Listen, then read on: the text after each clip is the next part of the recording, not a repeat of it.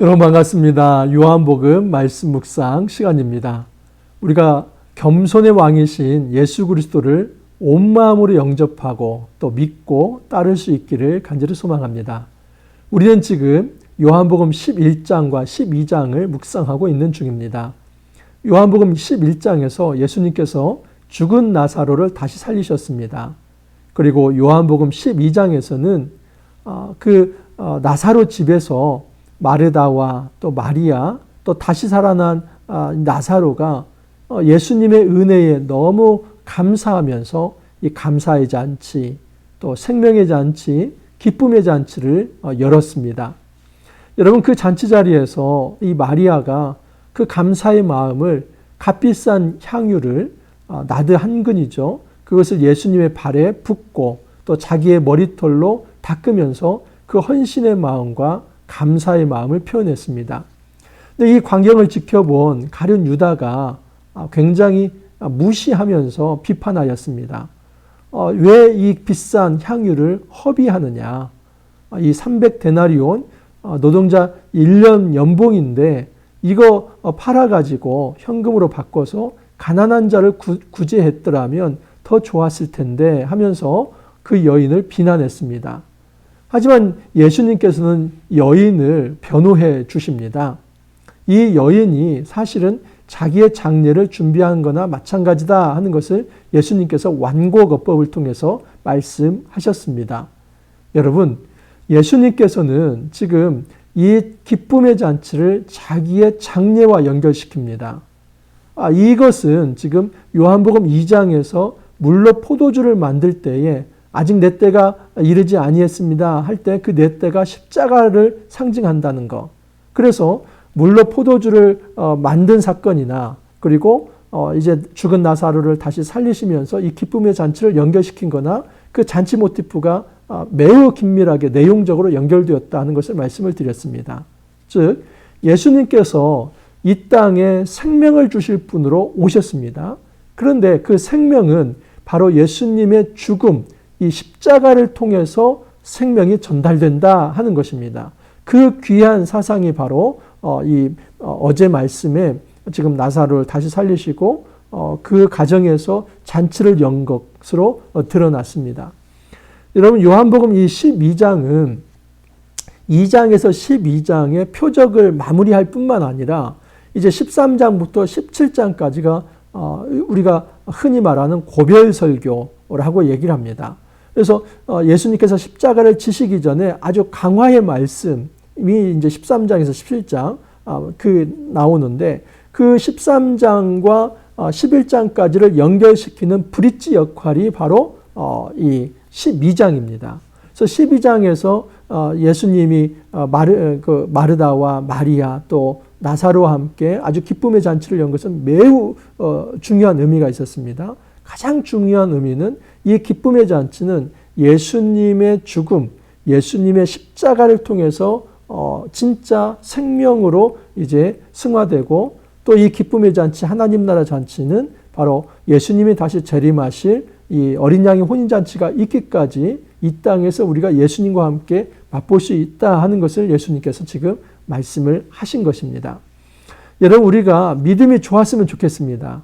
우리의 신앙이 더 좀 잘 성장했으면 좋겠습니다. 제가 하나 비법을 가르쳐 드리겠습니다. 여러분 믿음이라고 하는 것은 어떤 대상을 신뢰하는 겁니다. 여러분 우리가 기독교에서 믿음이 있다는 건 뭡니까? 그것은 예수님이 어떤 분인가를 알고 그 예수님을 따르는 것을 믿음이라고 합니다. 그렇다면 내가 정말 믿음이 좋았으면 좋겠다. 내 믿음이 좀 성장했으면 좋겠다. 나의 신앙이 좀 성숙했으면 좋겠다. 여러분 가장 간단합니다. 정말 가장 쉬운 방법은 뭐냐면 내가 믿고자 하는 예수님이 어떤 분인가를 아는 것입니다.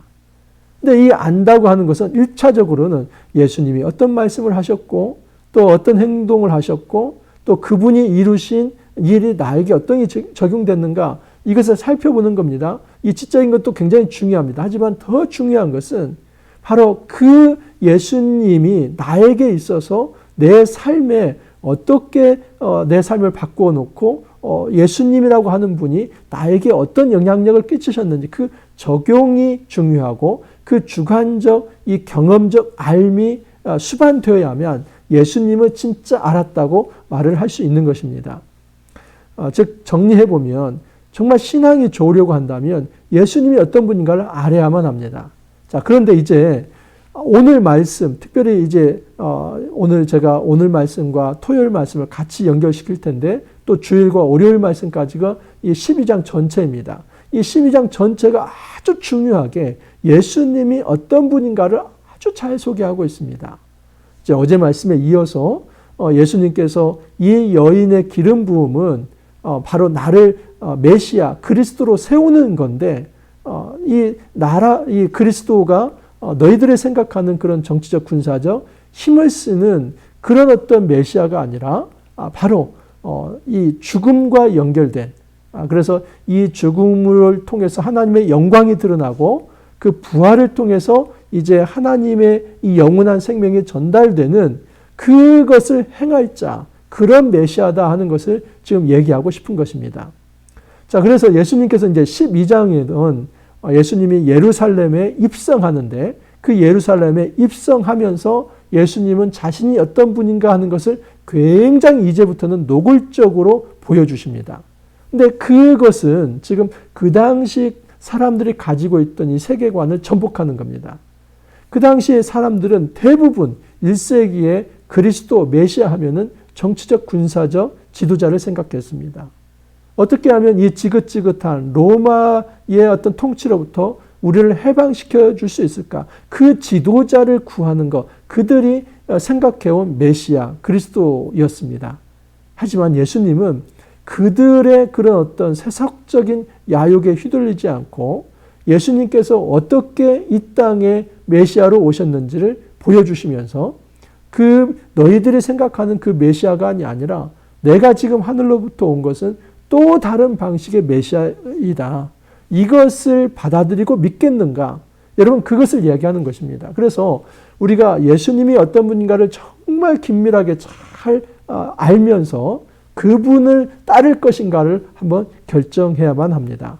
오늘 말씀을 통해서 우리가 예수님이 어떤 분인가를 더 깊게 알고 또 내가 예수님을 어떻게 따를 것인가를 한번 결정하는 그런 시간이 되기를 바랍니다. 이틀째 말씀을 한번 살펴볼 텐데 요한복음 12장 12절에서 33절 말씀입니다. 여러분 12절 13절을 보면 그 이튿날에는 명절에 온 큰 무리가 예수께서 예루살렘으로 오신다는 것을 듣고 종려나무 가지를 가지고 맞으러 나가 외치되 호산나 찬송하리로다 주의 이름으로 오시는 이 곧 이스라엘의 왕이시여 하더라. 우리가 잘 아는 대로 예수님이 예루살렘에 입성할 때 많은 사람들이 예수님을 쫓았습니다. 그리고 호산나 찬송하리로다 주의 이름으로 오시는 이 곧 이스라엘의 왕이시여. 여러분 이 모든 문구는 메시아 문구입니다. 예수님이 그토록 구약에서 기록되었던 그리고 이제 이 포로기를 겪으면서 이 한 분 메시아를 기다려왔는데 그분이 오셨다 하면서 이 예수님을 향해서 그 찬양을 올려드린 겁니다. 예수님은 왕으로 오셨다. 예수님은 우리의 구원자다.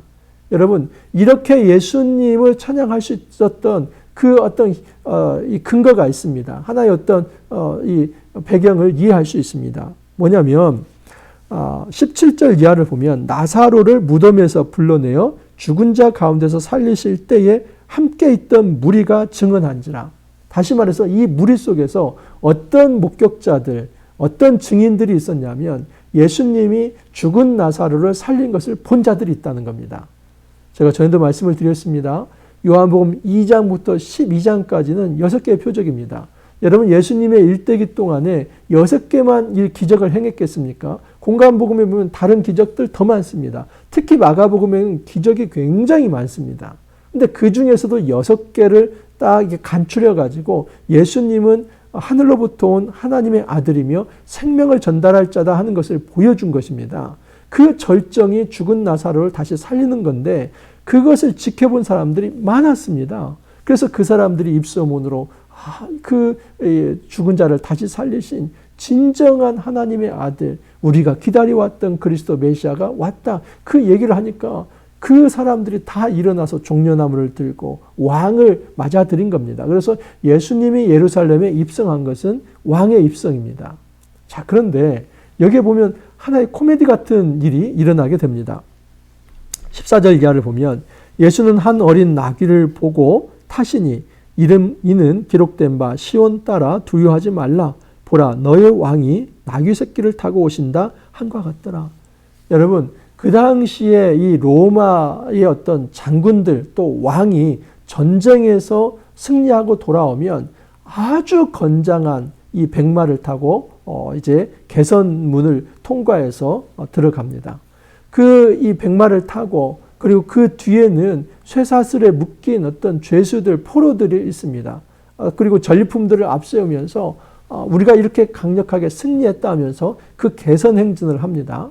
예수님께서 지금 개선 행진을 하듯이 사실은 예루살렘에 입성을 하는데 예수님이 이 백마를 탄 게 아니라 뭘 탑니까? 나귀 새끼를 탔습니다. 자, 그런데 이것은 지금 성경 말씀을 이루게 했다 하는 것을 제자들이 나중에 알게 되었다고 얘기를 합니다. 제자들은 처음에 이 일을 깨닫지 못하였다가 예수께서 영광을 얻으신 후에야 이것이 예수께 대하여 기록된 것인가 사람들이 예수께 이같이 한 것임이 생각났더라. 자, 그렇다면 지금 제자들이 어떻게 이 말씀을 이해하게 됐는가? 여러분 스가랴 9장 9절에서 10절 말씀을 이해해야만 합니다. 자, 스가랴 9장 9절 10절 말씀입니다. 시온에 따라 크게 기뻐할지어다. 예루살렘에 따라 즐거이 부를지어다. 보라 내 왕이 내게 임하시나니 그는 공의로우시며 구원을 베푸시며 겸손하여서 나귀를 타시나니 나귀의 작은 것 곧 나귀 새끼니라. 내가 에브라임의 병거와 예루살렘의 말을 끊겠고 전쟁하는 활도 끊으리니 그가 이방 사람에게 화평을 전할 것이요 그의 통치는 바다에서 바다까지 이르고 유브라데 강에서 땅끝까지 이르리라.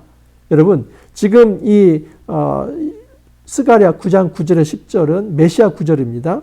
에브라임의 병거와 예루살렘의 말을 끊겠다. 이 말은 전쟁이 끝났다는 겁니다. 더 이상 정쟁할 필요가 없으니까 무기가 없어도 된다는 겁니다. 그래서 전쟁하는 활도 끊을 것이다. 다시 말해서 이것은 모든 전쟁을 승리하고 완전한 승리를 하고 돌아오는 왕의 모습입니다. 근데 그때 이 스가랴 9장 9절에서 그 왕이 무엇을 타냐면 겸손하여서 나귀를 타시되 나귀 새끼를 탔다라고 이렇게 예언을 이미 했었습니다. 그래서 예수님께서 이 예루살렘에 나귀를 타고 들어오신 것은 스가랴 9장 9절 10절 말씀을 성취했다는 겁니다.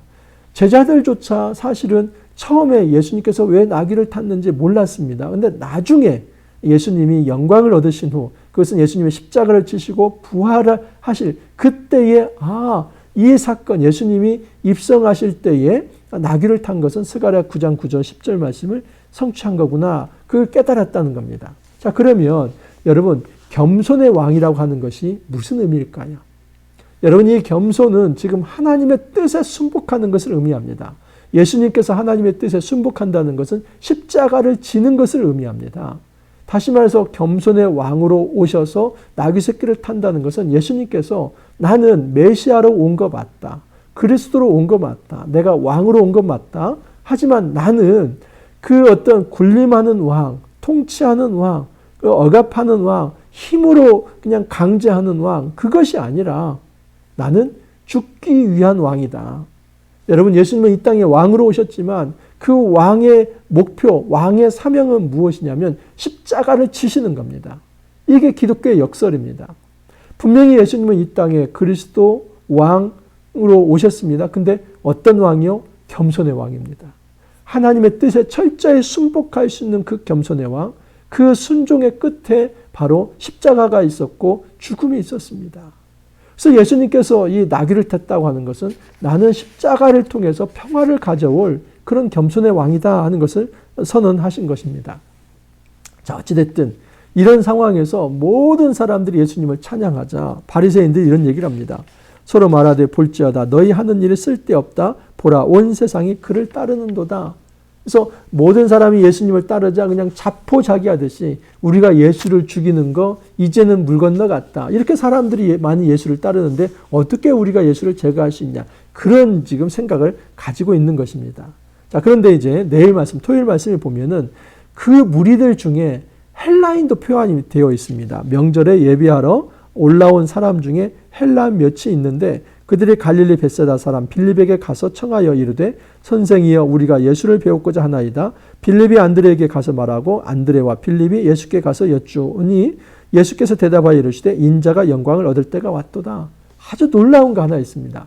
여러분 요한복음 10장에서도 예수님께서 내가 양의 문이다 하면서 바로 그 우리 안에 있는 양과 우리 밖에 있는 양 다 그 양들을 내가 돌보고 있다 하는 것을 말씀하지 않았습니까? 근데 그 우리 밖에 있는 양이 이방인을 가리킨다는 것을 말씀을 드렸습니다. 근데 여기서도 마찬가지입니다. 여기서는 실제로 이 헬라인은 정확히 이방인입니다.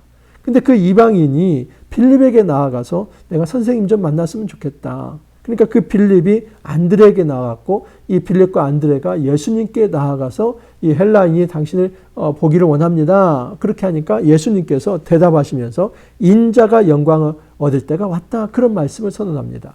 이 인자가 영광을 얻을 때가 뭡니까? 그것은 죽으시는 겁니다. 예수님의 십자가를 지시는 겁니다. 요한복음에서는 철저히 예수님의 십자가를 실패의 사건이 아니라 영광을 얻는다는 것으로 표현을 합니다. 놀랍죠?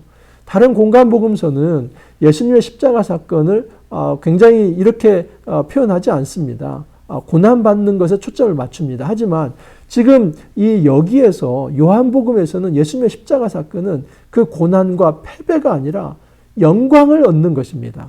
이것은 하나님의 승리의 사건이고 하나님께서 모든 어떤 이 악의 세력을 굴복시키는 사건으로서 표현합니다. 근데 그때 혜택을 받을 사람이 이 이방인도 포함이 되어 있다. 이건 놀라운 혁명적 일입니다.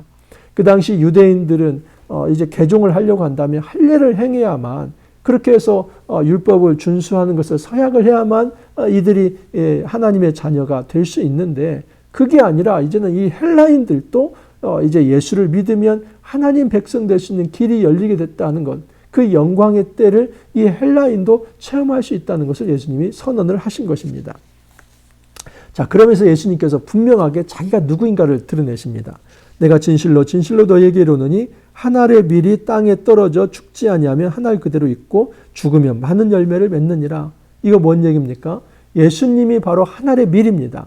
자신이 땅에 떨어져 죽어야만 많은 사람들이 바로 열매를 맺을 수 있다. 그 여러분 씨가 심겨지는 것을 그렇게 표현한 겁니다. 씨가 심겨져서 땅에 묻히는 것, 그것을 죽음으로 표현한 거고 그 씨가 이제 싹을 틔우는 것을 그 생명으로 이야기합니다. 작은 씨 하나지만 여러분 그것이 싹이 틔워지고 또 줄기가 자라고 큰 나무가 되면 나중에 새가 깃들일 만한 큰 어떤 나무가 되고 거기에 많은 열매가 열리지 않습니까? 바로 그와 같이 예수님의 한 분의 희생, 예수님의 십자가 사건은 많은 사람들에게 생명을 가져다 줄 것이다 하는 겁니다. 여러분 예수님이 겸손의 왕이라는 게 무슨 의미가 있습니까? 그것은 십자가를 치시는 왕이라는 겁니다. 한 알의 밀처럼 죽어야만 다른 사람에게 생명을 줄 수 있는 그런 왕이 겸손의 왕, 평화의 왕이라 하는 사실입니다. 자, 그러나 예수님은 이 일이 결코 쉬운 일만은 아니었습니다.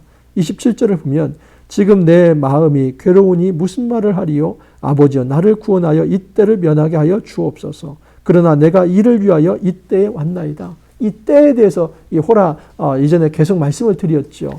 여러분 다시 한번 이제 요한복음 12장은 요한복음 2장과 연결된다고 말씀드렸어요. 요한복음 2장 4절 다시 한번 가나 혼인잔치에서 내 때가 아직 이르지 않았다. 그거 다시 한번 말씀을 드릴게요. 예수께서 이르시되 여자여 나와 무슨 상관이 있나이까 내 때가 아직 이르지 아니하였나이다 하면서 제가 이 내 때가 가나 혼인잔치에서 물로 포도주를 바꾸는 사건인데 이 내 때를 얘기할 때 예수님은 이미 자신의 십자가 사건을 암시했다는 걸 말씀을 드렸습니다. 이제는 여기서 분명하게 나를 구원하여 이때를 면하게 하여 주옵소서. 이때가 뭡니까? 십자가를 지는 것이죠. 그런데 그러나 내가 이를 위하여 이때에 왔나이다 하면서 나의 원대로 하는 것이 아니라 이제 아버지의 영광이 드러날 때입니다 하는 것을 얘기합니다. 예수님이 말씀하시는 건 뭐냐면 내가 이때를 위해서 십자가를 지기 위해서 지금까지 걸어왔는데 그거 쉬운 일이 아니다. 할 수만 있으면 이것이 다른 방법으로 지나갈 수만 있으면 좋겠다. 하지만 내가 이때를 위해서 왔고 이제 이 사건을 통해서 하나님의 영광을 드러낼 것이다. 예수님께서 어려운 길이지만 하나님의 뜻에 순복함으로써 겸손의 왕이 되어서 이제는 이 십자가를 받아들이겠다 하는 것입니다. 그리고 그 십자가 사건은 하나님의 영광을 드러나게 한다. 승리의 사건이 될 것이다 하는 것입니다. 자, 그것을 31절 이하에서 이렇게 정리하는 겁니다. 이제 이 세상에 대한 심판이 이르렀으니 이 세상의 임금이 쫓겨나리라. 무슨 말인지 좀 못 알아듣으시겠죠? 여러분, 이런 말입니다. 이 세상에 대한 심판이 이르렀다. 이 세상의 임금이 쫓겨난다. 이 세상의 임금은 사탄을 의미합니다. 이 세상에 대한 심판이 이르렀다는 것은 예수님의 십자가 사건이 패배의 사건이 아니라 예수님의 십자가 사건은 사탄을 쫓아내는 승리의 사건이다 하는 것입니다. 그래서 이 요한복음은 아주 명확하게 이 십자가 사건을 하나님의 영광이 드러날 사건, 하나님이 승리하시는 사건으로 표현합니다. 십자가를 지는 그 순간에 사단은 쫓겨날 것이다. 이 세상은 심판을 받게 될 것이고 이 세상의 임금은 쫓겨날 것이다. 그렇게 얘기하는 겁니다. 내가 땅에서 틀리면 모든 사람을 내게로 이끌겠노라. 여러분, 예수님께서 땅에 들리는 게 뭡니까? 그것은 십자가를 지는 겁니다. 그렇게 해야만 모든 사람이 영생을 얻을 수 있다는 것입니다. 이렇게 말씀하시면 자기가 어떠한 죽음으로 죽을 것을 보이시니라. 어떠한 죽음입니까? 십자가의 죽음이죠. 여러분, 지금 요한복음 2장에서 12장 6개의 표적입니다. 마지막 표적이 나사로를 다시 살리는 표적이었습니다. 근데 그 나사로를 다시 살리는 표적은 예수님의 십자가 사건을 투영하고 있다는 것을 말씀을 드렸어요. 바로 이 나사로가 죽은 것처럼, 그리고 나사로가 다시 살아난 것처럼 예수님은 그 생명을 주는 능력으로 그 나사로를 살렸는데 예수님, 그 생명의 근원이신 예수님이 십자가를 지심으로 죽으시지만 다시 부활하시고 살아나심으로써 온전하게 이 사건을 통해서 예수님을 믿는 모든 자들이 이제는 영생을 얻는 길을 이제 주겠다. 그렇게 말씀을 하신 겁니다. 그러므로 예수님께서 겸손의 왕, 나귀를 탔다 하는 것은 군림하는 왕, 강제하는 왕, 힘으로 억압하는 왕이 아니라 예수님이 무한한 힘을 가지고 있지만 그 모든 것을 다 내려놓고 겸손하게 하나님 앞에 순종함으로써 자기 자신의 생명을 들이심으로써 이제 많은 사람을 사랑하고 또 그들을 하나님께 인도하며 생명을 주시겠다 하는 것입니다. 여러분, 우리가 믿음 좋았으면 좋겠죠? 우리의 믿음이 성숙했으면 좋겠죠? 예수님에 대한 이해를 똑바로 해야만 합니다. 예수님이 어떤 분입니까? 예수님은 세속적인 메시아가 아니라 예수님은 하나님이 보내신 하나님의 아들이며 예수님은 자기의 몸을 십자가에 던지심으로써 이 땅에 구원을 가져오신 분입니다. 그러므로 제자도라고 하는 것도 우리가 단지 내가 중심이 되어서 이 하나님이나 예수님이 나의 복을 수종들 수 있는 그 복의 수단이 아니라 오히려 하나님의 중심을 통해서 내가 어떻게 헌신할 수 있을까? 내가 어떻게 그 십자가를 지면서 나도 하나의 밀처럼 썩어질 수 있을까? 그 예수님의 길을 쫓아가는 것이 믿음이 좋다 하는 것입니다. 그럼 우리가 믿음 생활을 한다는 것은 예수님이 걸어가신 그 십자가의 길을 걸어가는 것입니다. 여러분, 이것은 믿음이 없으면 절대 못 걸어갑니다. 여러분, 사람이 죽기 싫어하는 것은 인지상정 아닙니까? 고난받기 싫어하는 것 인지상정 아닙니까? 하지만 이것은 거스르는 겁니다. 십자가를 지는 것은 죽는 것이고 십자가를 지는 것은 고난받는 겁니다. 어떻게 이게 가능합니까?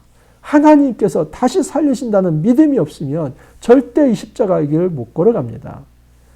우리가 예수님에 대한 이해가 잘 되어 있어야만 예수님은 죽으셨지만 다시 살아나셨고 그로 인해서 영원한 생명을 가져오신다는 것을 그 예수님이 어떤 분인가를 알아야만 나도 그 예수님처럼 그 십자가의 길을 묵묵히 걸어갈 수 있고 하나님의 그 부활을 영원한 생명을 체험할 수 있다 하는 사실입니다. 여러분, 이번 한 주간도 너무 수고 많이 하셨습니다. 우리가 하나님의 말씀 가운데서 우리의 영이 더 깊어지고 또 성장할 수 있기를 간절히 소망합니다. 이렇게 기도합니다. 주님 감사합니다. 이번 한 주간 저희들 11장, 12장을 통해서 이제 2장에서 12장까지의 전체 이제 표적을 마무리하며 예수님께서 자기 희생을 통해 이 땅에 생명을 가져다 주신다 하는 것을 깨닫게 되었습니다. 우리가 바라보는 메시아는 단지 나에게 세속적 복을 주실 그런 수준의 메시아가 아니라 예수님의 자기 몸값을 지불하여서 우리에게 영원한 생명을 주신 분이라는 것을 알게 되었습니다. 우리가 그 예수님을 바로 이해하고 우리도 예수님을 따르는 그 제자도의 삶을 더욱더 신실하고 경건하게 살아갈 수 있도록 주님 축복하여 주옵소서. 감사하고 예수님 이름으로 기도하옵나이다. 아멘. 여러분 이번 한 주간도 수고 많이 하셨습니다. 우리 또 주말 멋지게 잘 보내시고 또 건강한 모습으로 월요일 날 다시 뵙도록 하겠습니다. 감사합니다.